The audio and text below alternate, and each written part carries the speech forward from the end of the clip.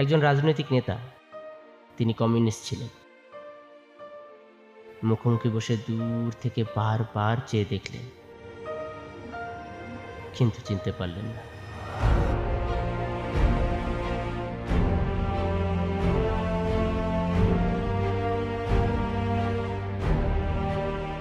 বারোহাট্টায় নেমেই রফিজের স্টলে চা খেয়েছি।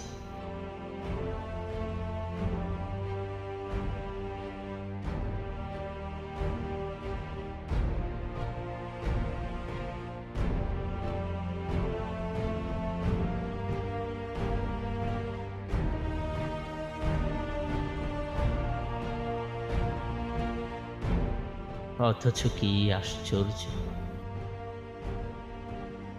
পুনর্বার চিনি দিতে এসেও রফিজ আমাকে চিনল না।